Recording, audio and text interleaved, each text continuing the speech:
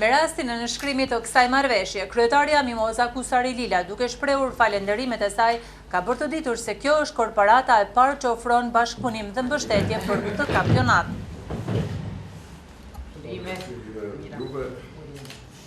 Falenderoj përzemërsisht korporatën Rrugova, gjithashtu edhe Federatën e Shahut për angazhimin, për kushtimin dhe për besimin që i kanë dhënë komunës së Gjakovës. Njëkohësisht, uroj e shpresoj që përkrahja të mos mungojë edhe nga institucionet më të larta të shtetit. Është shumë e rëndësishme që një aktivitet i tillë ndërkombëtar evropian po organizohet në Kosovë së pari, pastaj në qytetin e Gjakovës, dhe që përkrahja e këtij aktiviteti duhet të jenë jo vetëm korporatat, por edhe institucionet e vendit. Deri më tash, mbështetje ka treguar dhe Ministria e Kulturës, ne ende presim ta shohim realisht mbështetjen e Ministrisë së Kulturës, Rinisë dhe Sporteve.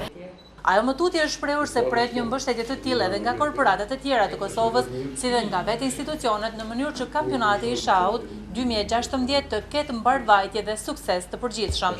Në emër të korporatës Ujit Rrugova ka nënshkruar Rina Mehmeti, e cila tha se ndjehet e entuziazmuar për këtë mbështetje ku korporata në fjalë do të ofrojë mbështetje financiare në vlerë prej 5.000 euro, si dhe me 20.000 shishe ujë. Ne jemi shumë të kënaqur që kemi pas mundësinë me përkrahë një aktivitet të tillë, i cili përveç tjera që promovon edhe vendin tonë, në përgjithëta vendet pjesëmarrëse që të jenë në kampionat. Do të mundohemi që gjithmonë të qëndrojmë pas aktiviteteve të tilla.